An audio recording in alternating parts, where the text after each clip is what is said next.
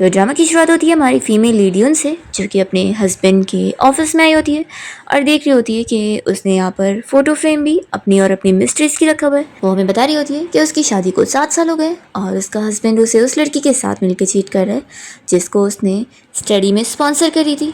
फिर उसके हस्बैंड की सेक्रेटरी यहाँ पर आकर उसे इस बारे में बता रही होती है। उसने उस लड़के के बारे में इन्वेस्टिगेशन कर ली है जिसको उसने स्पॉन्सर करी थी। वो सच में पुअर फैमिली बैकग्राउंड का और एक्सीलेंट ग्रेड्स वाला लड़का है जिसने स्कॉलरशिप भी जीत लिया था, पर प्रेसिडेंट शेन ने उसकी जगह स्कॉलरशिप को अपनी मिस्ट्रेस रुआन को दिलवा दिया। और फिर दूसरी एम्प्लॉय यहाँ पर जीशा को लेकर आई होती है, जो कि कोई और नहीं हमारा मेल लीडर है। तो यून से पूछती है कि तुम्हारा नाम जीशा है ना, तुम्हारी स्कॉलरशिप को रिप्लेस कर दिया गया और उसे किसी और को दे दिया गया, तो तुमने आखिर कुछ बोले क्यों नहीं? तो इस पर जीशा कहता है कि क्योंकि आप और प्रेसिडेंट शेन की शादी हो चुकी है ना। तो कहती है कि अच्छा, तो तुम्हें लग रहा है कि मैं तुम्हारा नाम छुपा कर तुम्हारा क्रेडिट किसी और को दे देती। वो कहती है कि फिक्र मत करो, मेरा और शेन का डिवोर्स हो गया, तो तुम्हारी स्कॉलरशिप मैं तुम्हें रिटर्न दिलवा के रहूँगी। फिर इतने में इन लोग को आवाज़ आती है कि प्रेसिडेंट शेन अपनी मिस्ट्रेस को आज कंपनी लेकर आए। तो फिर सेक्रेटरी पूछती है कि मिस यून अब हम क्या करें? तो यून कहती है कि तुम बाहर जाओ। और फिर वो इस बारे में जीशा से पूछती है कि क्या तुम्हें बहुत पैसों की ज़रूरत है? तो वो इसके लिए हाँ बोलते हैं। तो फिर वो पूछती है कि क्या तुम फिर मेरे लिए एक पार्ट टाइम जॉब करना चाहोगे, रिवॉर्ड में मैं तुम्हें $50,000 दूंगी। तो वो पूछता है कि क्या काम होगा? तो यूनुस के पास आकर उसे बताती है कि तुम्हें मुझे डेट करना होगा। इस पर वो कुछ नहीं कहता। तो कहती है कि कोई बात नहीं, अगर तुम इंटरेस्टेड नहीं हो तो। फिर वो जाने लगती है तो तुरंत ही जीशा उसे रोकता है और कहता है कि मैं तुम्हें डेट करना चाहता हूँ। तो फिर यून तो खुश हो जाती है और तुरंत ही उसे कहने लगती है कि फिर अब तुम मेरे बॉयफ्रेंड बन गए हो, तो अपने राइट्स भी तुम्हें पूरे करने चाहिए। वो उसे किस करने के लिए बोलती है। फिर दोनों जब यहाँ किस कर रहे होते हैं तभी इतने में शेन यहाँ पर अपनी मिस्ट्रेस रुआन को लेकर आया होता है और वो और रुआन इन दोनों को देखकर शॉक होते हैं। जीशा को किस करने के बाद उसे कहती है कि उसे अपनी किसिंग की अच्छे से प्रैक्टिस करना होगा, उसकी स्किल्स अच्छी नहीं है। फिर शेन तो बहुत गुस्सा हो जाता है और तुरंत ही वो यून को चिल्लाने लगता है कि तुम ये सब क्या कर रही हो, तुमने यहाँ मेरे ऑफिस में किसी ऐसी रैंडम गाय को लेकर आ गई, तुमने अब हद पार कर दी हो।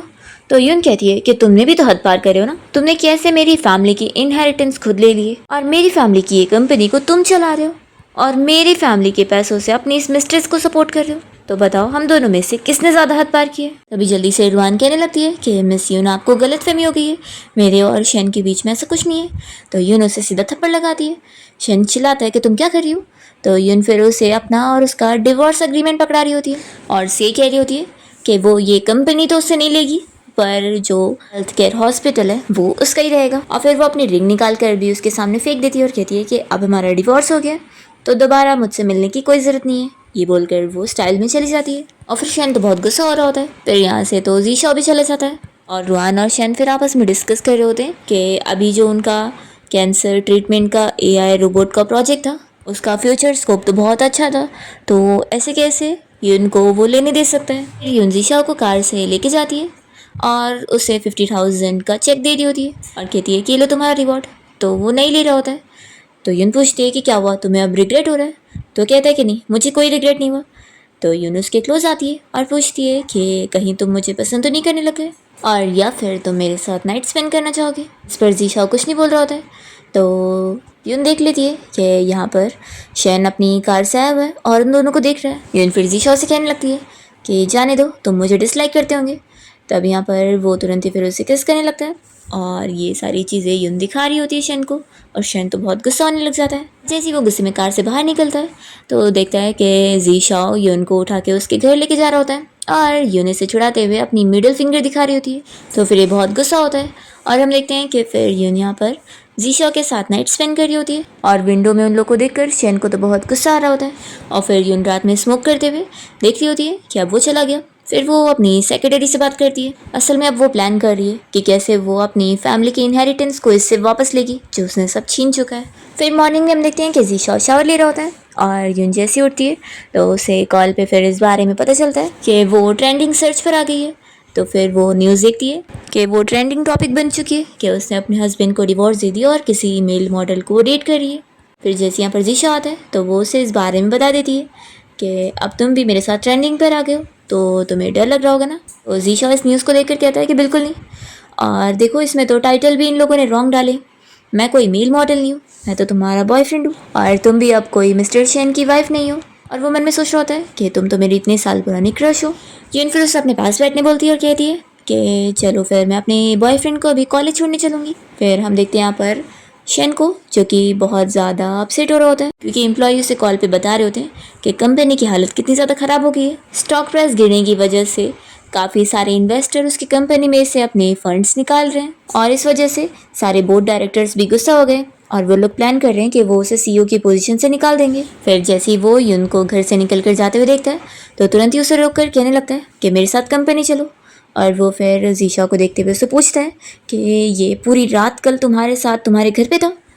तो यून कहती है कि तुम कौन हो और मैं किसी के भी साथ हूँ उससे तुम्हारा क्या मतलब है। तो शैन उसे चिल्लाने लगता है कि ये कोई टाइम नहीं है ऐसे टॉन्ट्स मारने का, तुम्हें पता है तुम्हारी वजह से अभी कंपनी की स्टॉक प्राइस कितनी गिर गई है।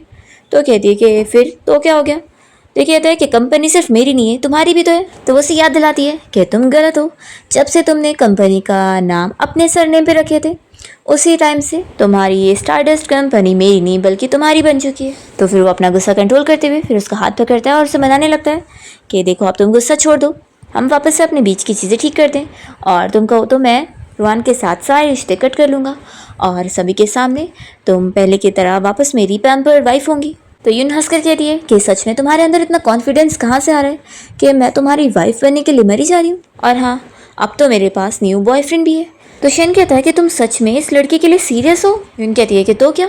तो फिर वो कहता है कि ये तुमसे 8 साल छोटा है और इसकी तो जस्ट अब भी कॉलेज स्टार्ट हुई है। तो वो कहती है कि यंग है तो और अच्छी बात है ना, आजकल की लड़कियों को यंग लड़के पसंद है। और वो उसका मजाक भी उड़ा रही होती है कि ये तुम जैसे ओल्ड से तो काफ़ी ज़्यादा यूज़फुल है। तो शैन को गुस्सा आती है और वो यून को थप्पड़ लगाने चाहता है। तो जल्दी से यहाँ पर जी शाओ से रोक देता है और उसका हाथ दूर करते हुए यहाँ से फिर यून का हाथ पकड़ के जा रहा होता है।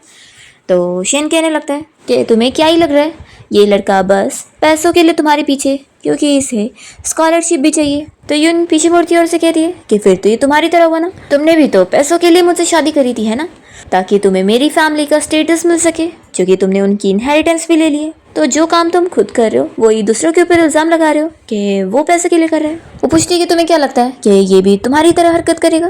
तो कहती कि फिक्र मत करो, ये ऐसा नहीं कर पाएगा क्योंकि अब मेरे पास कोई इनहेरिटेंस नहीं है और ना ही अब मैं पिछली बार की तरह इडियट हूँ। और फिर यून जीशा के साथ कार में बैठ जाती है और पीछे से शन देख रहा होता है। तो वो उससे कह देती है कि देखो ज़्यादा एक्टिंग करने की ज़रूरत नहीं है, तुम्हारी मिस्ट्रेस वहाँ घर पे इंतज़ार कर रही होगी, ठीक है। और ऐसा बोलकर कार से चली जाती है। फिर जीशा जल्दी से यहाँ पर अपनी ग्रैंडमा के लिए घर पहुँचता है और उसकी ग्रैंडमा अभी बहुत ज़्यादा बीमार होती है। वो उनसे कह रहा होता है कि ग्रैंडमा मुझे स्कॉलरशिप मिल गई है और अब मैं आपकी सर्जरी करवाऊंगा। तो ग्रैंडमा मना करने लगती है कि मेरी वजह से तुमने कितना कुछ झेलो, मैं नहीं चाहती कि तुम अपने पैसे मेरी सर्जरी के ऊपर वेस्ट करो और सब मेरी वजह से हुआ है। अगर मैं ना होती तो तुम अभी अपने डैड के साथ एक रिच लाइफ जी रहे होते, पर मेरी वजह से तुम यहाँ मेरे साथ इतना सफ़र कर रहे हो। और ग्रैंडमा इतना अपसेट हो रही होती है कि फिर वो बीमार होकर बेहोश हो जाती है। फिर इसके बाद जीशा अपनी ग्रैंडमा को लेकर हॉस्पिटल आ जाता है और डॉक्टर ने फिर उसे बताया होता है कि उसकी ग्रैंडमा की कंडीशन और भी ज़्यादा ख़राब हो गई है, तो उनकी जल्द से जल्द सर्जरी करवाना होगा, लेकिन सर्जरी का अमाउंट कोई छोटा नहीं होगा, तो इसलिए उसे तैयारी कर लेनी चाहिए। तो फिर यहाँ पर जीशा अपसेट होता है पैसे का इंतज़ाम करने के लिए। तब इतने में फिर उसे यून का कॉल आता है और वो पूछ रही होती है कि तुम कहाँ पर हो। तो वो उसे नहीं बताता है कि वो हॉस्पिटल में, और झूठ कह देता है कि वो कॉलेज में। तो फिर वो उसे कह रही होती है कि आज तुम्हें मेरे साथ एक प्राइवेट कॉकटेल पार्टी में चलना होगा, और वो उसे पैसे भी ट्रांसफ़र कर देती है और कहती है कि अपने लिए अच्छे कपड़े ले लेना और बाकी अपने लिए रखना। तो जीशा फिर उसे हाँ बोलता है। फिर यून जब यहाँ कॉकटेल पार्टी में पहुँचती है तो कुछ लड़कियाँ उसका मजाक उड़ाने लगती है कि उसे शर्म भी नहीं आई और वो यहाँ अपना मुंह दिखाने के लिए पार्टी में पहुँच गई। तो यून कहती है कि जिसने चीट किया है वो मैं नहीं हूँ और ना ही मैं कोई मिस्ट्रेस हूँ, तो मैं क्यों नहीं आ सकती। तो फिर वो लड़की उससे कह रही होती है कि जिसे प्यार नहीं मिलता वो ही असल में मिस्ट्रेस होता है, समझी। तो तुम दूसरों को चीटिंग के लिए ब्लेम नहीं कर सकती हो, तुम्हारे में खुद में कमी थी। तो रुआन फिर अच्छी बनते हुए कहने लगती है कि जाने दो सिस्टर, यून को कुछ मत बोलो, इसमें उनकी क्या गलती है। तो फिर उसकी फ्रेंड कहती है कि देखो तुम्हें इसकी साइड लेने की ज़रूरत नहीं है, ये बिल्कुल भी अच्छी नहीं है। इनके सामने आकर उसकी बेइज्जती करी होती है कि ये बस एक ओल्ड वुमेन है जो कि अब किसी को नहीं चाहिए। तो यून कहती है कि अच्छा तो तुम्हें बड़ा प्राउड फील हो रहा है, फिर तुमने कितने प्राइस में अपने आप को किसी मैन को बेची हो। फिर उसका मुंह बंद हो जाता है। तभी इस पार्टी में फिर यहाँ पर जीशा पहुँच जाता है और उसे देखकर सभी लोग बात ही करने लगते हैं कि ये हैंडसम लड़का कौन है। फिर यहाँ पर ये लड़कियाँ जीशा उससे बात करने की कोशिश करती है, पर वो उन्हें छोड़कर यहाँ पर ये उनके पास आता है। फिर यहाँ इन लोग के सामने उसका हाथ पकड़ के कहता है कि सॉरी मैं लेट हो गया। तो ये लोग बस शौक देखती रह जाती है। फिर यून का कोई बिजनेस पार्टनर उससे बात कर रहा होता है और वो पूछता है कि ये कौन है। तो यून बताती है कि ये मेरा बॉयफ्रेंड है और फिर वो उस बंदे को थैंक्स कर रही होती है कि ऐसे सिचुएशन में भी वो उसके साथ काम करने को माना और इसकी वजह से उसे अब पैसों की मदद हो जाएगी। तो फिर वो कह रहा होता है कि इसमें तुम्हें थैंक्स करने की ज़रूरत नहीं है, तुम्हारा जो एआई रोबोट का प्रोजेक्ट है उसमें मेरी कंपनी काफ़ी इंटरेस्टेड है। तो फिर ये लड़कियां जेलस होकर यून के बारे में कहने लगती है कि देखो कैसे अपना फ़ायदा निकलवाने के लिए ये कितने सारे मैन के साथ अफेयर चलाती होगी। तो ये सब सुनते हुए रुआन इस बारे में शेन को बताने आ जाती है कि यून का दूसरे मैन के साथ क्या कोई अफेयर चल रहा है। ऐसे सभी लोग उसके बारे में रूमर के बारे में बात कर रहे हैं।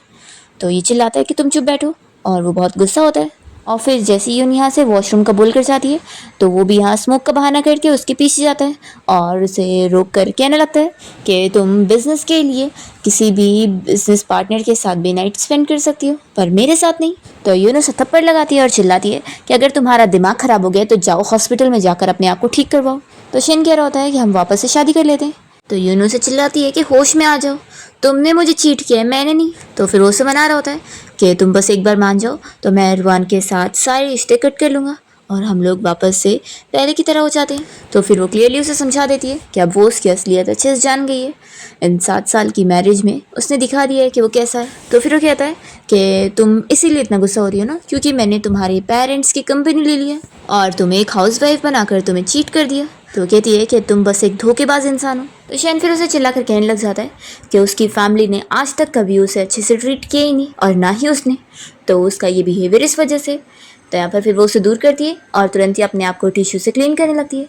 तो कहता है कि मैं तुम्हारा हस्बैंड हूँ पर जब भी मैं तुम्हें ज़रा सी भी टच करता हूँ तो तुम अपने आप को क्लीन करने लग जाती हो और तुम ऐसे प्रिटेंड कर रही हो ना कि तुम्हें पता ही नहीं है कि मैंने तुम्हें चीट क्यों किया। तो मैं तुम्हें बता दूं कि रुआन के सामने तो कम से कम मैं एक रियल मैन की तरह रहता हूँ और तुम्हें क्या लग रहा है कि मैं बहुत डर्टी हूँ और तुम जैसी इतनी रिच लड़की के लायक नहीं हूँ। और फिर वो उसे यहाँ हैरिस करने की कोशिश करने वाला होता है पर तभी टाइम पर जीशा पहुँच जाता है और वो जल्दी से शेन को इससे दूर करते हुए उसके सर पे बॉटल मारता है और फिर उसे पंच पे पंच मारने लगता है। इतने में यहाँ पर और भी लोग आकर ये सब देखने लगते हैं। तभी यून जल्दी से जीशा को रोकती है और उसे कहती है कि तुम्हें इस जैसे ट्रैश के लिए जेल जाने की ज़रूरत नहीं है तो बस रहने दो। तो जीशा फिर यून की बात मानकर उसका हाथ पकड़ के यहाँ से जाने लगता है। तो पीछे से फिर शेन जीशा को कह रहा होता है कि तुम्हें क्या लगता है कि ये तुम्हें पसंद करती है? बिल्कुल नहीं, इसे तुम में मैं नज़र आ रहा हूँ इसलिए बस ये तुम में इंटरेस्ट ले लिए, समझे? तो यून फिर जीशा से कहती है कि उसकी बातों पर ध्यान मत दो, वो बकवास कर रहा है। और पीछे से शैन उसे और बोले जा रहा होता है कि तुम्हें क्या लग रहा है कि यून तुमसे प्यार करती है? बिल्कुल नहीं, ये बस तुम्हारे साथ खेल रही है तुम्हें टॉय समझकर। तो जीशा कह देता है कि ये अगर मुझे टॉय भी बनाना चाहे ना तो बना सकती है, मुझे कोई फ़र्क नहीं पड़ता, मैं तो इसका डॉग बनने को भी तैयार हूँ। तो फिर शैन तो बस शौक रह जाता है कि उसके बात का तो इसके ऊपर असर ही नहीं हुआ। फिर ये दोनों बाहर आ जाते हैं और यहाँ पर यून जीशा की हाथ की चोट की फिक्र कर रही होती है और फिर उससे पूछती है कि तुम आखिर वहाँ पर क्यों आए थे? मैंने तुम्हें बाहर वेट करने के लिए बोली थी ना। तो जीशा बताता है कि मैंने शेन को तुम्हारे पीछे जाते हुए देख लिया था। तो यून पूछती है कि यानी तुम मेरी फिक्र कर रहे थे? तो कहता है कि हाँ। तो फिर वो उसे आज के लिए थैंक यू बोल रही होती है और फिर जीशा उसे बताने लगता है कि मैं कोई तुम्हारे एक्स हस्बैंड की तरह नहीं हूँ। तो वो कहती है कि लेकिन मैं बिल्कुल वैसी हूँ जैसा उसने तुम्हें बताया था, बहुत ही एरोगेंट सेल्फिश। तो शेन कहता है कि नहीं, तुम वैसी नहीं हो। तो वो कहती है कि हम लोग कितनी ही बार मिले जो तुम्हें पता है कि मैं वैसी नहीं हूँ। तो फिर वो उसके हाथ को अपने हार्ट पे रखता है और कहता है कि तुम खुद ही सुन लो, मेरा दिल कह रहा है कि तुम काइंड हो और बहुत ज़्यादा ही लविंग हो। और फिर जीशा यून से पूछ रहा होता है कि आज मैं अपने हॉस्टल रूम में नहीं रुकने वाला हूँ तो क्या मैं तुम्हारे साथ घर चल सकता हूँ? यून फिर मान जाती है और दोनों साथ में फिर घर आके किस कर रहे होते हैं और साथ नाइट स्पेंड करते हैं। मॉर्निंग में जब जीशा की नींद खुलती है तो वो यून को ही देख रहा होता है और सोच रहा होता है कि वो उसे प्रोटेक्ट करेगा। फिर वो यहाँ से चला जाता है और जैसे ही अपने घर पहुँचता है तो देखता है कि उसके डैड गार्ड्स के साथ यहाँ पर पहले से उसका इंतज़ार कर रहे होते हैं। वो उनसे पूछता है कि आप यहाँ पर क्या कर रहे हैं? तो उसके डैड फिर उसका और यून का पुराना फ़ोटो से दिखा रहे होते हैं और उसे कहने लगते हैं कि ये वही लड़की है ना जिसके पीछे तुम 7 साल से लगे हुए हो। सोचो अगर उसे पता लग गया कि उसने बस जो एक काइंडनेस करी थी उसकी वजह से तुम उसके पीछे इतने ज़्यादा ऑब्सेस्ड हो गए, फिर वो तुम्हारे बारे में क्या सोचेगी कि तुम कैसे हो? उसे पता लग जाएगा कि तुम कितने ज़्यादा डिस्गस्टिंग हो। तो फिर वो उन्हें चिल्लाता है कि आप ये फ़ोटो मुझे दो और वो वापस ले लेता है। तो फिर उसके डैड उसे समझाने लगते हैं कि देखो तुम मेरे बेटे हो इसलिए मैं तुम्हें बता दूँ कि सिंसियरिटी इस दुनिया में सबसे ज़्यादा यूज़लेस चीज़ है। तो वो कहता है कि यून ऐसी नहीं है, वो सबसे डिफरेंट है। तो उसके डैड कह रहे होते हैं कि आखिर कैसे डिफरेंट है? वो बस तुम्हें यूज़ कर रही है तुम्हें अपने एक्स हस्बैंड का राइवल बना के, और वो बस तुम्हें टूल मानती है और कुछ नहीं। उसे जब उसकी चीज़ें मिल जाएगी तो फिर वो तुम्हें यूज़ करने के बाद फेंक देगी। और फिर उसके डैड उसे इस बात पे ताने दे रहे होते हैं कि वो अपनी ग्रैंड माँ की मेडिकल बिल्स के लिए पैसे नहीं जमा कर पा रहा है और उसकी सिक्योरिटी भी नहीं कर पा रहा है। तो वो किस बात के लिए उसे अपने साथ रखने का सोच सकता है? क्या उसे बस अपने ऑब्सेशन के लिए? तो फिर वो चिल्लाता है कि अब बस बहुत हो गया, आप जाओ यहाँ से। तो उसके डैड उसे कहते हैं कि तुम मेरे साथ चलो और फैमिली बिजनेस संभाल लो, फिर तुम्हारे पास पैसा होगा ना तो सब कोई तुमसे प्यार करेगा। और देखना, अभी तुम्हें मेरी बात नहीं समझ आ रही है ना, तो एक ना एक दिन तो ज़रूर समझ आएगी कि मैं सही कह रहा हूँ। फिर देखना तब तुम कैसे मेरे पास आकर मुझसे भीख मांगोगे। और फिर उसके डैड अपने गार्ड्स के साथ यहाँ से चले जाते हैं। फिर यहाँ पर ज़ीशा यूनर अपनी वो फ़ोटो देख रहा होता है और उसे अच्छे से डायरी में रखते हुए याद कर रहा होता है। तो हमें 7 साल पहले का फ्लैशबैक दिखाते हैं जब वो अपने घर में होता है और उसके घर पे उसके टीचर के साथ यून उससे मिलने आई होती है। और उसकी टीचर उसे बताती है कि मिस यून तुम्हारी स्टडी में स्पॉन्सरशिप करना चाहती है। वो ऐसी स्टूडेंट्स की हेल्प करती है जो कि अपनी फैमिली में स्ट्रगल कर रहे होते हैं और पढ़ाई में अच्छे होते हैं। तो इसलिए मैं तुम्हें आज प्रेसिडेंट यून से मिलवाने के लिए आई थी। और फिर यहाँ पर यून ने भी उसे कॉन्ग्रेचुलेट करी थी कि उसका फ्यूचर बहुत ज़्यादा अच्छा होगा। और दोनों ने फिर हैंडशेक किए थे। उसने उसे फ्लावर भी गिफ्ट करी थी और दोनों की साथ में फ़ोटो क्लिक हुई थी। और उसने सोच लिया था कि एक दिन वो कोई काबिल का बनेगा और उसके साथ खड़ा होगा। और तभी से ही फिर जी शाओ यून को सीक्रेटली पसंद करने लग गया था। अब इस बारे में याद करते हुए जी शाओ यहाँ यून की फ़ोटोज़ देखते हुए स्माइल कर रहा होता है। और फिर इतने में उसे हॉस्पिटल से डॉक्टर की कॉल आती है और वो उसे अर्जेंटली हॉस्पिटल आने के लिए बोलते हैं। फिर जीशा भागते हुए हॉस्पिटल पहुंचता है और वो डॉक्टर से पूछता है कि उसकी ग्रैंडमा की कंडीशन कैसी है। तो डॉक्टर उसे बताता है कि उनकी कंडीशन बहुत ख़राब है। तो यहाँ पर फिर वो मान गया होता है कि मैं सर्जरी के लिए जल्दी से पैसे भर देता हूँ, आप उनकी सर्जरी करवा दो। तो डॉक्टर कहता है कि अब तो ये नहीं हो सकता क्योंकि जो भी एक्सपर्ट डॉक्टर तुम्हारी ग्रैंडमा की सर्जरी कर सकते थे वो सभी को हाई सैलरीज में कहीं और ही काम दे दिया गया। तो लगता है ऐसा किसी ने जानबूझ के किया होगा। क्या तुमने किसी से पंगा ले लिया? तो फिर वो समझ जाता है कि ज़रूर ये काम उसके डैड ने किए ताकि वो उनके सामने हार मान जाए, इसलिए। फिर वो डॉक्टर से पूछ रहा होता है कि क्या कोई और तरीका नहीं है। तो डॉक्टर उसे गैलेक्सी मेडिकल कंपनी का कार्ड देता है और कहता है कि वो लोग मेडिकल ट्रीटमेंट के लिए वॉलंटियर कर रहे हैं, तो क्यों ना तुम उधर जाके बात करो। तुम्हारी ग्रैंडमा की जो बीमारी है वो लोग ऐसे ही पेशेंट्स को ढूंढ रहे हैं, तो मुझे लगता है तुम्हारा काम बन जाएगा। दूसरी तरफ हम देखते हैं कि यहाँ पर यून के पास पेशेंट्स की लिस्ट आती है। तो उसमें उसे पता लग जाता है कि एक पेशेंट की फैमिली का नाम जीशा है जिसने अपनी ग्रैंडमा के ट्रीटमेंट के लिए अप्लाई किया। तो फिर वो ऑर्डर देती है कि सारे पेशेंट्स को हॉस्पिटल में शिफ्ट करवाने के लिए अरेंज करो और उनकी फैमिली को मुझसे मिलने के लिए भेजो। फिर यहाँ पर सबसे पहली बारी जीशा की होती है। जैसे ही वो यून के ऑफिस में आता है तो यून उसके सामने आकर खड़ी हो जाती है और उससे पूछती है कि आखिर तुमने मुझे अपनी ग्रैंडमा की बीमारी के बारे में क्यों नहीं बताया। तो कहता है कि तुमने ऑलरेडी मेरी बहुत ज़्यादा हेल्प कर चुकी हो, तो मैं बस तुम्हें हर चीज़ के लिए परेशान नहीं करना चाहता था। तो यून उससे चिल्लाती है कि उसे इतना ज़्यादा सोचने की ज़रूरत नहीं है और फिर वो तुरंत ही उसे पैसे ट्रांसफ़र करती है। तो वो उसके लिए मना कर रहा होता है। तो यून कहती है कि चुपचाप से मेरी बात सुनो, आखिर हम डेट कर रहे हैं ना, तो इतना तो मैं कर ही सकती हूँ। दूसरी तरफ हम शेन को देख रहे होते हैं जो कि अपने फ्रेंड के साथ क्लब में होता है और वो ड्रिंक करते हुए यून के बारे में सोच रहा होता है और बहुत ज़्यादा गुस्सा हो रहा होता है कि उसने उस जीशा के लिए उसे छोड़ दिए। फिर नेक्स्ट डे यून जीशा को अपने पेरेंट्स की ग्रेव पे लेके गई होती है और वो उसे बताती है कि आज उसके मॉम डैड की डेथ एनिवर्सरी है। वो फिर उन्हें अपने पेरेंट्स के बारे में बता रही होती है कि वो कितने ज़्यादा बिजनेस करने वाले टाइप के पर्सन थे। यून कहते हैं कि पहले मुझे लगा था कि मुझे एक स्टेबल लाइफ चाहिए जिसमें मैं शादी करके सेटल हो जाऊँ और हैप्पीली अपनी लाइफ जीऊँ, पर मैं गलत थी। मेरे पेरेंट्स की सारी चीज़ें जो उन्होंने मुझे छोड़ कर गए थे वो शेन जैसे अनग्रेटफुल पर्सन को मिल गई और उसने मुझे इस तरीके से धोखा दिया।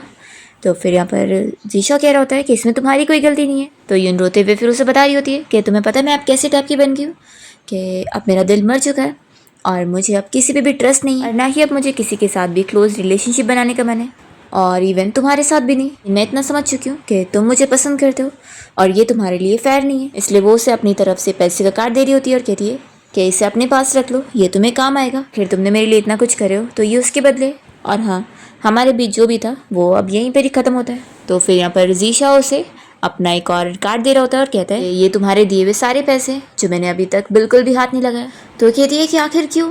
तो वो कह रहा होता है कि क्योंकि मैं केपेबल पर्सन बनना चाहता हूँ और सभी की तरह मेरे साथ में आगे बढ़ना चाहता हूँ। तो यून कहती है कि आखिर तुम्हें मुझसे बेटर ऑप्शन मिल सकते हैं, तुम तो मुझसे काफ़ी यंग हो, तो आखिर तुम मुझे क्यों चुन रहे हो।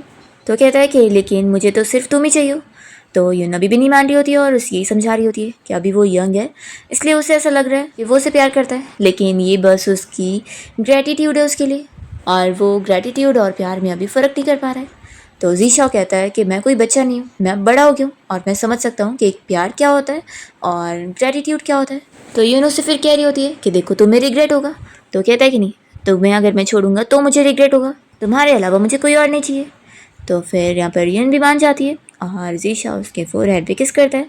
इसके बाद यून अपने ऑफिस में होती है और उसकी सेक्रेटरी उसे गुड न्यूज़ बता रही होती है कि ये सारी कंपनीज अब उसके साथ कांटेक्ट करना चाहते हैं। जब उन्हें पता लग गया कि उसने शेन की कंपनी छोड़ दिया और खुद की कंपनी स्टार्ट की है, तो यून बहुत ज़्यादा खुश होती है कि ये सारे बिजनेस पार्टनर्स मेरे डैड के साथ काम कर चुके हैं और अब मुझे अपना बेस्ट देना है, मैं उन्हें बिल्कुल भी निराश नहीं कर सकती हूँ। तब इतने में यहाँ पर उसके ऑफिस में उसकी एक एम्प्लॉई का हस्बैंड यहाँ पर आया होता है और वो यहाँ पर यून के ऊपर इल्ज़ाम लगा रहा होता है और उसे कोई पैसे देने के लिए ब्लैकमेल कर रहा होता है कि उसकी वाइफ के साथ उसने गलत करी है और वो पैसे उसे देने पड़ेंगे। यहाँ पर वो यून को हाथ लगाने जा रहा होता है तो जीशा तुरंत ही उसे रोक लेता है।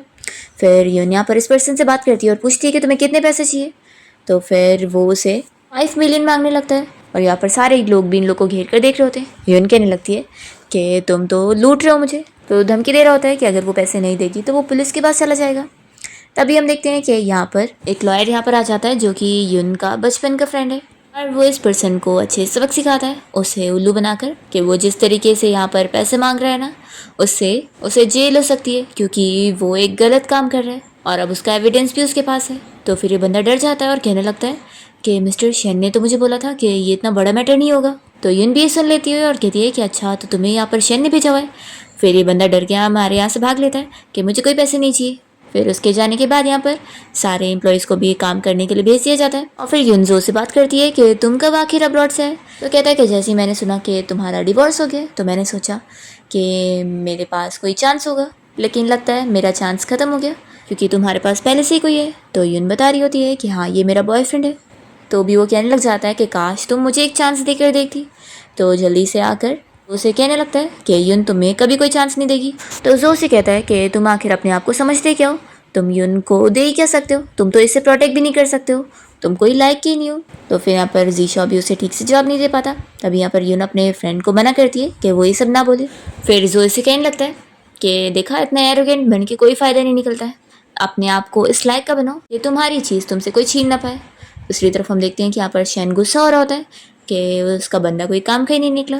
तो फिर यहाँ पर इसका फ्रेंड कहने लगता है कि तो गुस्सा मत हो, मेरे पास एक आइडिया है, हम यून की कंपनी के बारे में झूठी रूमर फैला सकते हैं। फिर उसके सारे इन्वेस्टर जब अपने इन्वेस्टमेंट ले लेंगे तो देखना उसकी वो छोटी मोटी कंपनी कैसे बर्बाद हो जाएगी। तो शेन को ये आइडिया बहुत पसंद आता है और वो कहता है कि फिर ऐसे ही करना, मैं भी देखता हूँ कि अब वो जब अपनी कंपनी खो देगी तो वो लड़का कब तक उसके पीछे लगा रहेगा, उसके पीछे लॉयल बन के। फिर घर पे यून अपना काम में लगी होती है तो जीशा उससे पूछ रहा होता है कि क्या कंपनी का इशू ज़्यादा ही ख़राब हो गया और सॉल्व नहीं हो रहा है। तो बताती है कि मेडिकल इंडस्ट्री ऐसी है कि वहाँ पर अगर किसी डॉक्टर के ऊपर इल्ज़ाम लग जाए कि उनकी मेडिकल स्किल अच्छी नहीं है तो फिर वो इल्ज़ाम हमेशा लगा रहता है और इस वजह से सारे इन्वेस्टर्स अपने इन्वेस्टमेंट निकालना चाहते हैं और यही चल रहा है। तो मुझे समझ नहीं आ रहा कि क्या होगा।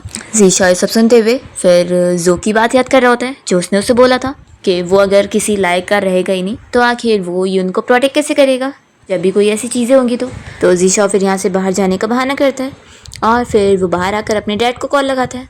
तो उसके डैड कहते हैं कि यून की कंपनी में कोई भी इन्वेस्टमेंट नहीं करना चाहता है और तुम चाहते हो कि मैं इन्वेस्टमेंट करूँ। मैं वैसे भी इस कंपनी के फ्यूचर के लिए ज़्यादा ऑप्टिमिस्टिक नहीं हूँ।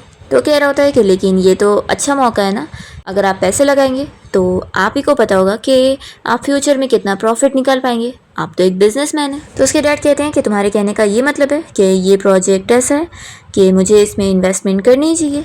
तो कहता है कि आप तो जानते ही है कि मेरा यूनिवर्सिटी मेजर क्या था और मेरे ग्रेड्स भी आपने देखे ही होंगे स्कूल में, तो मेरी जजमेंट बहुत अच्छी है।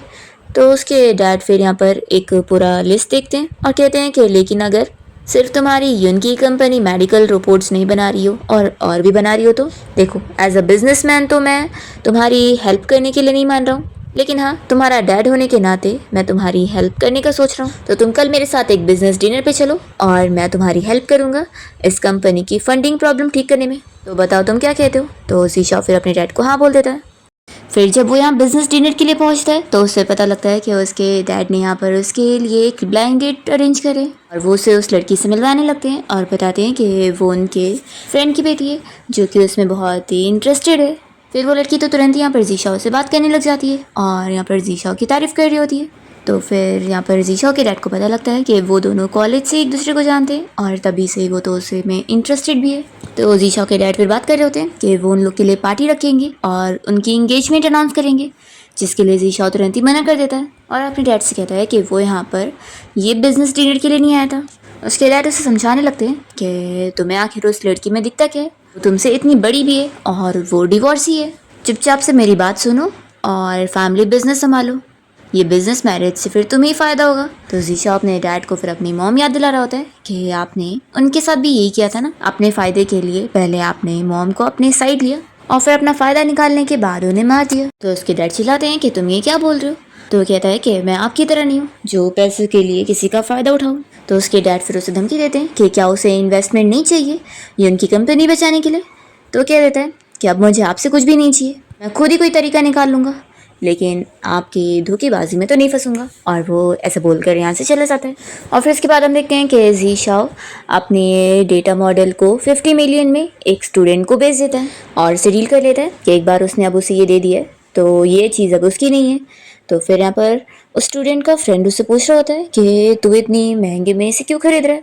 तो कहता है कि तू जानता नहीं है ये प्रोजेक्ट अभी पूरा फिनिश भी नहीं हुआ है, तो भी ये बहुत ज़्यादा इंपॉर्टेंट है, क्योंकि अगर ये इंपॉर्टेंट नहीं होता तो प्रोफेसर इसे पीएचडी के लिए सजेस्ट नहीं कर रहे होते, समझे। तो फिर वो कहता है कि हाँ बात तो सही है, तभी तो देख ये कितनी मुश्किल से इसे दे रहे हैं। फिर वो लोग तो अपना चले जाते हैं। फिर जब जीशा के फ्रेंड को पता लगता है कि 50 मिलियन आए हुए, तो वो उसे कॉल करके पूछता है कि आखिर क्या हुआ, ये पैसे कैसे आए। तो फिर जीशा बता देता है कि उसने अपनी चिप बेच दी है। तो उसका फ्रेंड भी शॉक हो जाता है कि उसने इतनी मेहनत लगाया था उस पर, तो उसने ऐसा क्यों किया। तो कहता है कि कुछ ज़रूरी काम के लिए किया और वो उसके लिए वर्थ इट है।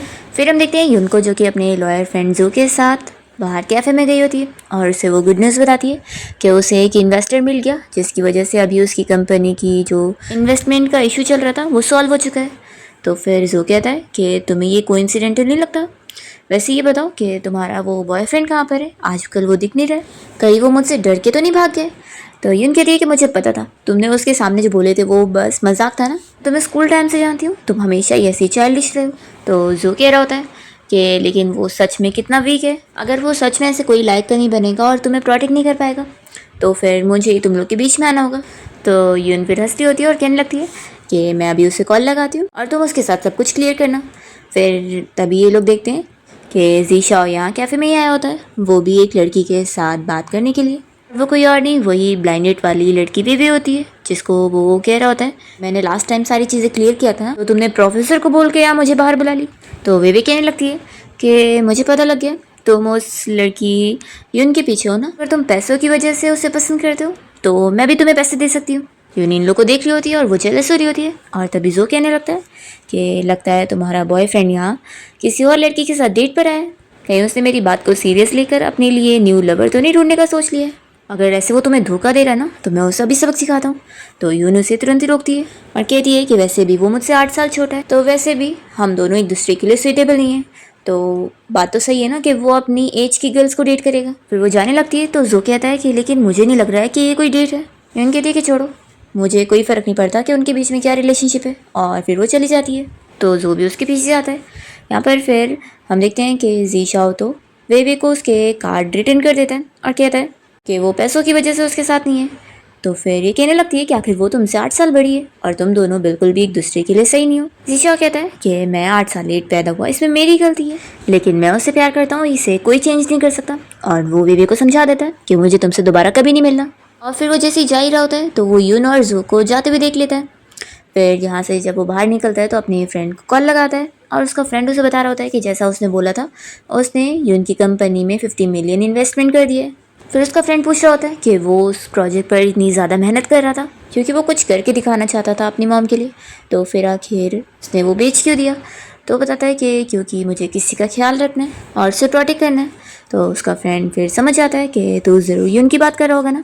इस पर जीशा कहता है कि हाँ, अब तू जब अब्रॉड से वापस आएगा तो मैं तुझे उससे मिलवाऊंगा। फिर वो जैसे ही यून के घर पहुंचता है तो देखता है कि यहाँ पर वर्कर्स उसके घर से उसका सामान निकाल रहे होते हैं और ट्रक में डाल रहे होते हैं। तो वो पहचानता है कि ये सब तो मेरा लगेज है। वो पूछता है कि आप लोग से गलती हो गई, आप लोग इसे क्यों लेके जा रहे हैं। तो वो लोग बताते हैं कि उन्हें ऑर्डर मिला है कि ये सामान को नंजिंग यूनिवर्सिटी तक डिलीवर करना है। ये सुनकर ही फिर जीशा तुरंत ही उनको कॉल लगाता है, पर इतना कॉल लगाने पर भी वो उठा नहीं रही होती है।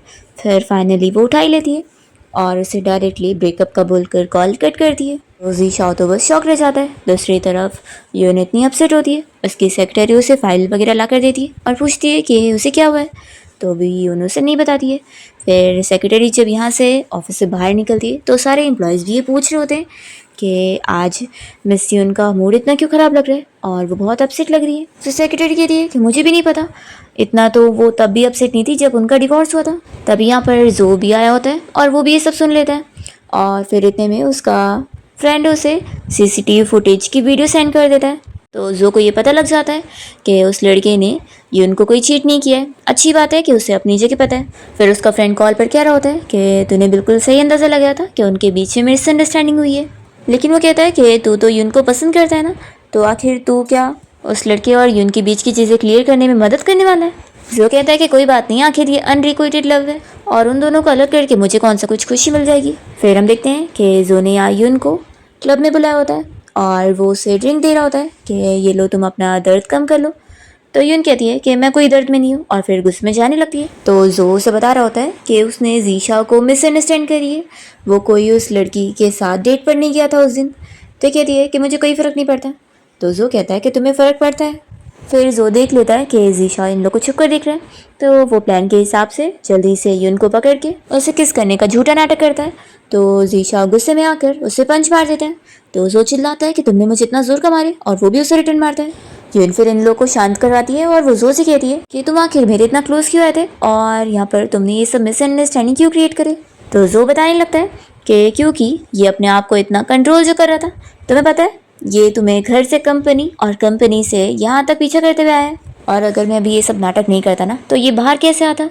तो जीशा शॉक होता है कि तुम दोनों ने सच में किस नहीं करे। फिर जीशा यहाँ पर जो को ब्रदर बोलते हुए उसे सॉरी बोलता है कि उसने उसे गलत समझा। जो कहता है कि अच्छा, तो अब तुम मुझे ब्रदर बना रहे हो और इससे पहले मुझे मारना चाह रहे थे। फिर जो कहता है कि अच्छा चलो, मैंने जितना करना था उतना कर दिया, अब बाकी का तुम हैंडल करो। ऐसा बोलकर वो इन दोनों को बात करने के लिए छोड़कर चला जाता है।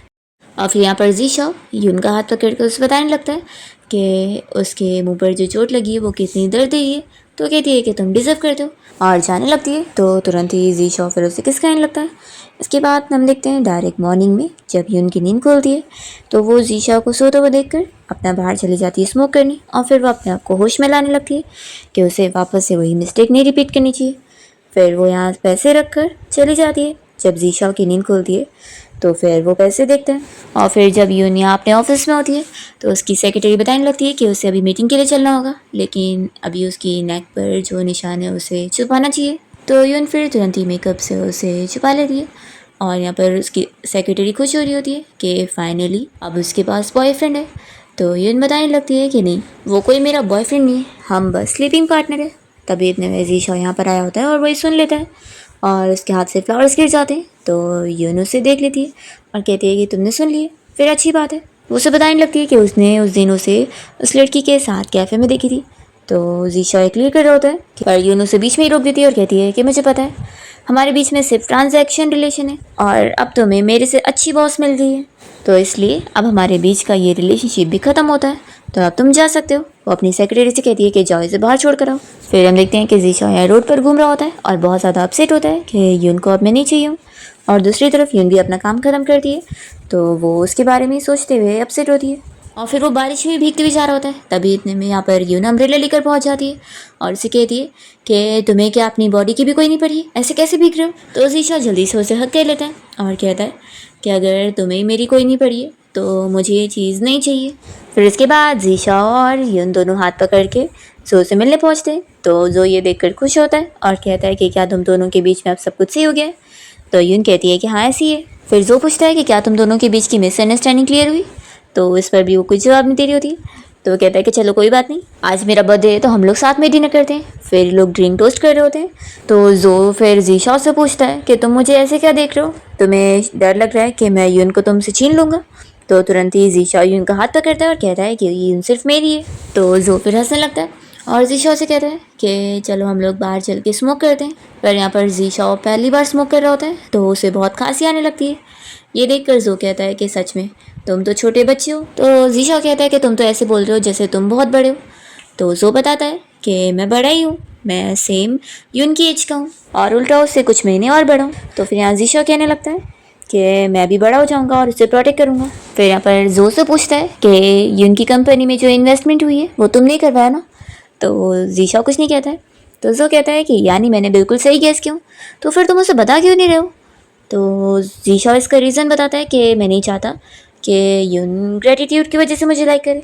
जो कहता है कि फिर तो लग रहा है कि तुम सच में उसे लाइक करते हो, लेकिन सोचो अगर कभी वो तुमसे बोर हो गई तो तुम क्या करोगे। तो जीशाओ जवाब देता है कि ऐसा दिन कभी नहीं आएगा। जो कहता है कि ठीक है देख लेंगे। तब यहाँ पर शैन आया होता है और वो कहता है कि अच्छा तो तुम दोनों भी साथ में घूमने लगे हो। तो जो कहता है कि तुम यहाँ पर कैसे। शैन बताता है कि मैं यहाँ पर जीशाओ के लिए आया हूँ। फिर यून अपना अंदर बैठी होती है, तभी इतने में उसके पास जो आता है।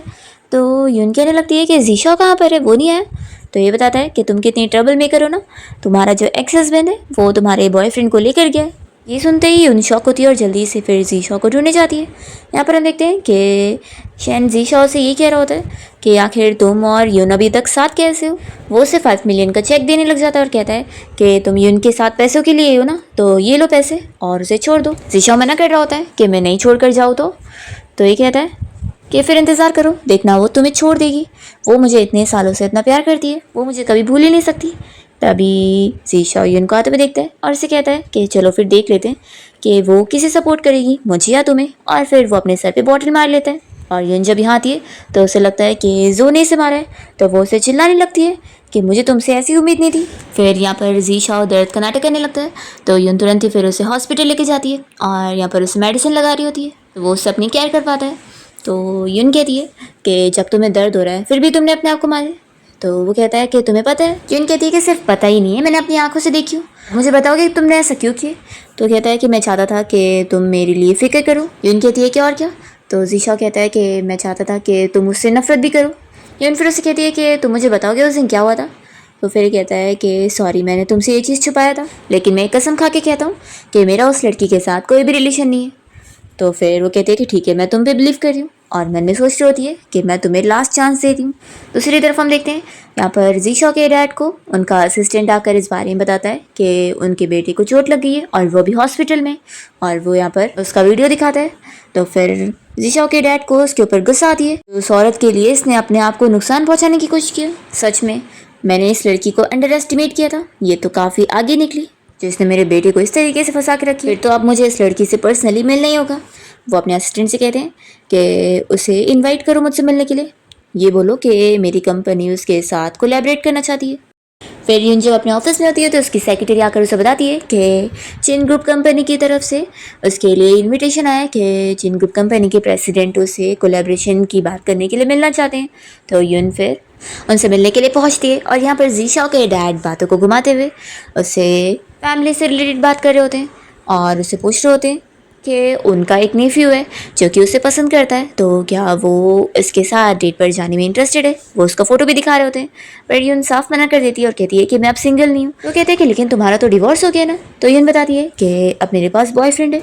तो फिर यहाँ पर जीशाओ के डैड यून को यही समझा रहे होते हैं कि वो अभी 27 ईयर्स की है ना, तो क्या उसे अभी भी समझ नहीं आ रहा है कि शादी करने के लिए वो ऐसी किसी को भी नहीं चुन सकती है, फैमिली के एल्डर्स का मानना बहुत ज़रूरी है, तो फिर वो ये सब ना करे। तो ये उनको समझ नहीं आ रहा होता कि वो कहना क्या चाहते हैं। फिर वो इसके बाद यहाँ से घर आ जाती है और इस बारे में सोचती होती है कि वो ऐसा उसे क्यों कह रहे थे। उसे शक हो जाता है कि वो कहीं जीशाओ के फैमिली मेम्बर ना हो। फिर यहाँ पर जीशाओ जब उसे देखता है तो पूछता है कि तुम्हें क्या हुआ है।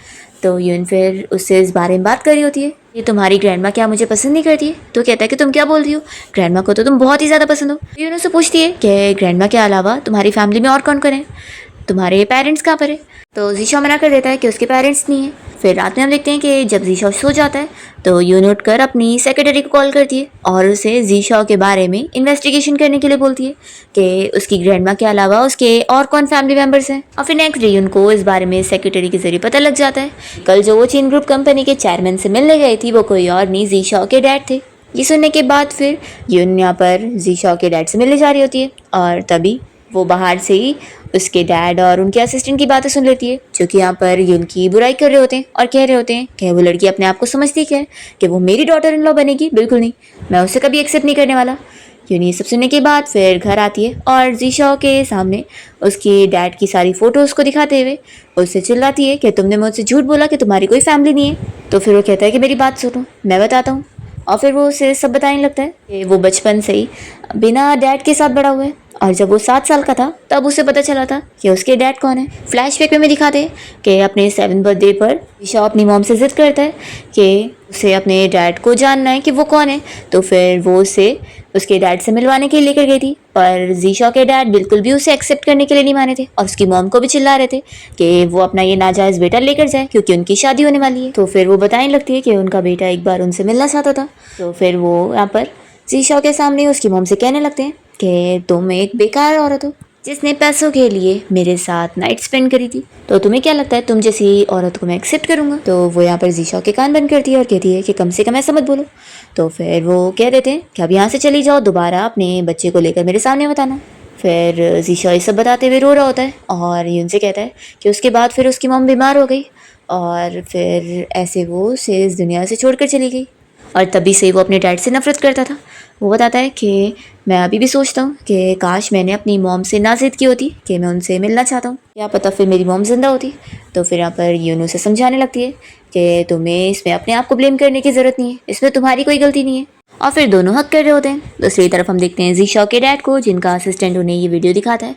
तो फिर यहाँ पर जीशा के डैड को गुस्सा आती है कि उनका प्लान फेल हो गया।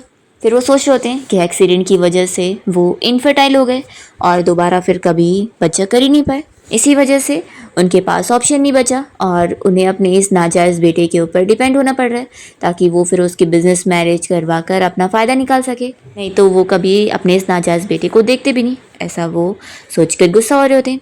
और फिर असिस्टेंट इस बारे में पूछते हैं कि ये जो लड़की है इसका जो डिवोर्स हस्बैंड है उसने किसी और लड़की के साथ मिलकर उसे चीट किया था ना। तो असिस्टेंट बताता है कि हाँ, और वो लड़की अभी प्रेग्नेंट भी है पर मिस यून के एक्स हस्बैंड अब उसे छोड़ना चाहते हैं तो वो काफ़ी हंगामे भी कर रही है। तो जीशा के डैड फिर अपने असिस्टेंट को ऑर्डर देते हैं कि उस लड़की को कांटेक्ट करो और उसे मुझसे मिलने के लिए बुलाओ, मेरे पास एक काम है जो मैं उससे करवाना चाहता हूँ। और फिर हम देखते हैं कि यहाँ पर यून से मिलने के लिए रुआन आई होती है और वो उसे बता रही होती है कि जीशा ने सब प्लान किया था और उसने खुद ही उसे अपनी स्कॉलरशिप दे दिया था ताकि यून को ऐसा लगे कि वो स्कॉलरशिप उसके हस्बैंड चेन्नई से दिलवाया ताकि उन दोनों का फिर डिवोर्स हो जाए। उसने ये सब प्लानिंग करके करवाया था। तो यून चिल्लाती है कि सच में तुम कितने ज़्यादा शेमलेस हो ना जो इतना बड़ा झूठ बोल रही हो। क्या जीशा ने तुम्हें और शैन दोनों को बांध कर तुम्हारा अफेयर करवाया था? तो कहती है कि हाँ, मैं मानती हूँ कि मैंने और शैन ने तुम्हारे साथ गलत किया, लेकिन आखिर जीशा अभी तो इस सब में इनोसेंट नहीं है ना, वो कितना ख़राब है, तो तुम्हें नहीं लगता तुम्हें अब उससे दूर हो जाना चाहिए? तो ये इसकी कोई भी बात नहीं मानती और कहती है कि मुझे अब तुमसे कोई बात नहीं करनी है और यहाँ से फिर वो चली जाती है। घर पे हम देखते हैं कि यहाँ पर जीशा यून के लिए कुकिंग कर रहा होता है, तभी कोई डोरबेल बजाता है तो वो सोचता है कि यून आ गई है। फिर वो डोर खोलता है तो यहाँ पर उसका फ्रेंड उससे मिलने आया होता है, के साथ वो काफ़ी टाइम से काम कर रहा था और वो अभी अब्रॉड से उससे मिलने आया होता है। दोनों आपस में बात कर रहे होते हैं जिससे हमें पता लगता है कि जीशा असल में पहले से ही सारी चीज़ प्लान कर रहा था क्योंकि वो यून को पसंद करता था, इसलिए उसने यून का शैन के साथ डिवोर्स दिलवाने के लिए ये सब चीज़ें सोचा था। जब उसे पता लग गया था कि शैन असल में उस रुआन के साथ मिलकर उसे चीट कर रहा है तो फिर उसने प्लान करके वो स्कॉलरशिप को शैन से बोलकर रुआन को दिलवा दिया था। रुआन को सब पता लगवा कर फिर नाटक कर रहा था ताकि वो उसे अपने हस्बैंड से रिवेंज लेने के लिए टूल की तरह यूज़ करेगी। जब उसने उसे किस करी थी तो फिर वो तो बहुत खुश हुआ था क्योंकि वो यही चाहता था। अब इस बारे में वो अपने फ्रेंड के साथ बात ही कर रहा होता है और उसका फ्रेंड कहता है कि वैसे कभी इस बारे में इनको पता लग गया तो कि तूने उसके हस्बैंड से ऐसे उसे डिवोर्स दिलवाया? तो कहता है कि नहीं, उसे कभी पता नहीं लगेगा। तभी यून यहाँ पर आ जाती है और कहती है कि लेकिन अब मुझे सब पता लग गया। फिर नेक्स्ट डे इनकी सेक्रेटरी जीशा का भेजा हुआ फ्लावर यहाँ डस्टबिन में फेंक रही होती है और सारे एम्प्लॉयज़ ये देखकर बातें कर रहे होते हैं कि मिस यून का जो बॉयफ्रेंड है वो तो कितना उनके पीछे पड़ गया, कब से गिफ्ट और फ्लावर्स भेजे जा रहे हैं। फिर सेक्रेटरी यहाँ पर यून को इस बारे में बता रही होती है कि उसका जो बिजनेस पार्टनर माइक है वो उससे मिलना चाहता है। तो यून खुश होती है कि माइक से मिले हुए कितना टाइम हो गया। दूसरी तरफ हम जीशा को देखते हैं जो कि अपने डैड से मिलने गया होता है और वो उनसे कहता है कि आपने मेरा प्लान ख़राब करे हो ना।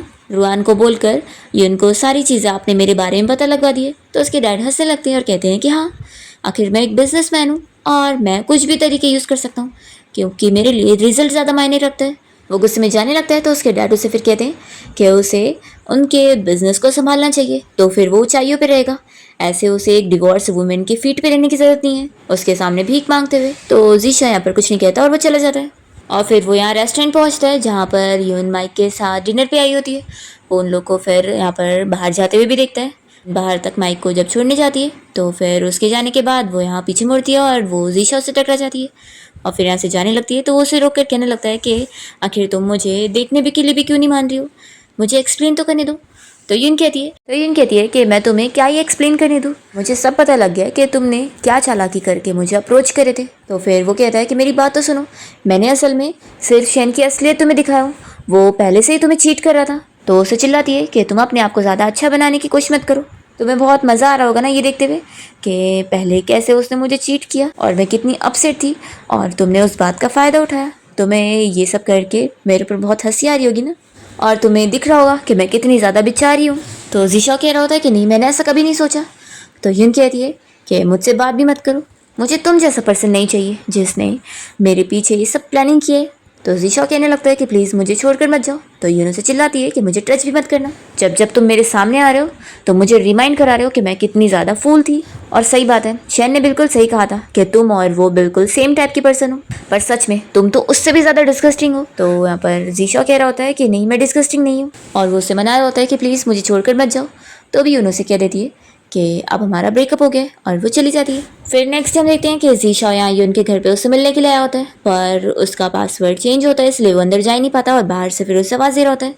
इतने में फिर यहाँ पर जो आया होता है और वो अंदर जाने लगता है। वो जीशा से कहता है कि यून को बिल्कुल पसंद नहीं है कि कोई उसे ऐसा झूठ बोले और उसके खिलाफ ही से प्लानिंग करे, तो तुमने अब उसे धोखा दे दी हो, इसलिए अब भूल ही जाओ कि वो तुमसे वापस कोई रिलेशन रखेगी। ऐसे बोलकर फिर वो अंदर जा रहा होता है। वो जीशा बीच में हाथ करके दरवाज़ा बंद होने नहीं देता और कहता है कि प्लीज़ मुझे एक बार यून से मिलने दे दो, मुझे उससे बात करनी है। तो फिर बताता है कि इसका कोई फ़ायदा नहीं है क्योंकि यून यहाँ पर नहीं है, वो अब्रॉड जा रही है और उससे मुझे यहाँ भेजिए ताकि मैं उसका सामान पैक करके उसे दे दूँ। फिर यहाँ पर जीशा ऑपोजिट हो जाता है और दूसरी तरफ यून अपना कार बैठ कर निकल जाती है और फिर वो जाते हुए यहाँ पर जीशा का नंबर भी डिलीट कर देती है और अपनी सेक्रेटरी से कहती है कि अब वो कंपनी अच्छे से संभाले। फिर 1 साल बाद वो अब्रॉड से रिटर्न होती है और अपनी कंपनी की एक इंपॉर्टेंट मीटिंग अटेंड कर रही होती है जहाँ पर उसका बिजनेस पार्टनर माइक भी आया होता है और वो अब उसकी कंपनी में 100 मिलियन की इन्वेस्टमेंट कर रहा होता है क्योंकि उसका प्रोजेक्ट बहुत अच्छा चल रहा है। तो यहाँ पर यून को काफ़ी खुशी मिल रही होती है।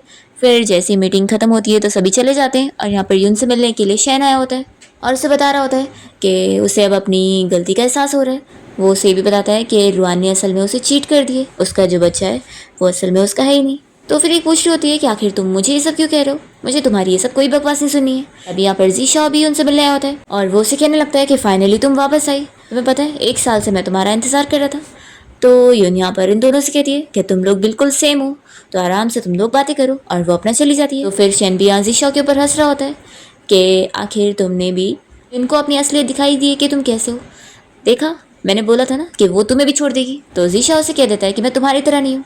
फिर यहाँ पर शैन यून से बात करने के लिए बाहर आता है और उसे मनाने लगता है कि हम लोग फिर से शादी कर लेते हैं। तो यूनो से कहती है कि क्या मैं तुम्हें पागल दिख रही हूँ, मुझे पता है तुम ये सब अपनी कंपनी को बचाने के लिए कर रहे हो ना, क्योंकि अभी तुम्हारी कंपनी की सिचुएशन बहुत ख़राब चल रही है।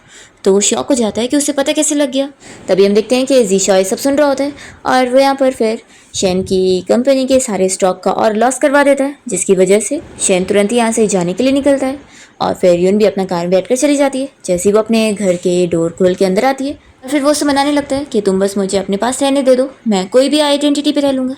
तभी इतने में यहाँ पर जो भी आ जाता है और वो जीशा को बताने लगता है कि यून और उसकी शादी होने वाली है और अब वो उसकी फियांसी है, और वो जीशा को यहाँ से जाने बोल देता है। फिर नेक्स्ट डे यून इस बारे में जो से बात कर रही होती है कि कल तुम्हारी हेल्प की वजह से मैं जीशा से बच गई। तो फिर ये कह रहा होता है कि लेकिन वो तो सच में तुम्हारे लिए कितना ऑब्सेस्ड है। तो अगर उसे पता लग गया कि हम लोग तो बस फेक मैरिज का झूठा नाटक कर रहे हैं तो क्या होगा।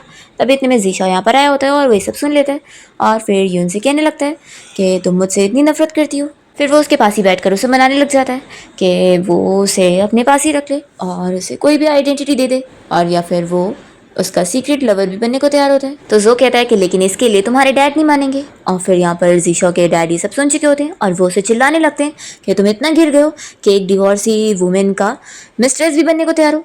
तो वो कहता है कि आप मुझे बता नहीं सकते कि मैं क्या करूँ क्या नहीं, क्योंकि मैं कोई आपको डैड नहीं मानता हूँ। तो उसके डैड उससे और गुस्सा होते हैं और उसे स्टिक से मारने लग जाते हैं। फिर जब यून अपने घर आती है तो जीशा भी यहाँ पर आया होता है और यून उसे कह रही होती है कि देखो तुम्हें कितनी चोट लगी है, तुम्हें मेरे लिए ये सब नहीं करना चाहिए था। वो फिर भी नहीं मान रहा होता है और उसे कह रहा होता है कि वो बस उसे अपने साथ रखे, चाहे बिना टाइटल के ही रख ले। तो फिर वो उसे अपनी कंपनी में काम दे देती है। तो जो जब ये सब देखता है तो वो यून से कहता है कि लगता है तुम लोग के बीच में सब ठीक हो गया, तुमने उसे माफ़ कर दी। तो यून के लिए कि ऐसा कुछ नहीं है, वो बहुत ज़्यादा टैलेंटेड पर्सन है, इसलिए मैंने उसे अपनी कंपनी में हायर कर ली। जीशा के डैड को जब ये सब पता लगता है तो वो और गुस्सा होते हैं और वो यहाँ पर रुआन को मिलने के लिए बुलाते हैं और उसे चाकू देते हुए उसे प्रोवोक करते हैं कि उसे जाकर यून को मार देना चाहिए क्योंकि उसकी वजह से सब बर्बाद हुआ है। तो ये वैसे ही करती है, यून को किडनैप कर लेती है उसे मारने के लिए। पर तभी टाइम पर यहाँ जीशा पहुँच जाता है और यून को बचाते हुए उसके सामने आ जाता है और चाकू उसे लग जाती है। और फिर यहाँ पुलिस की पूरी टीम आ जाती है और वो लोग रुआन को अरेस्ट कर लेते हैं।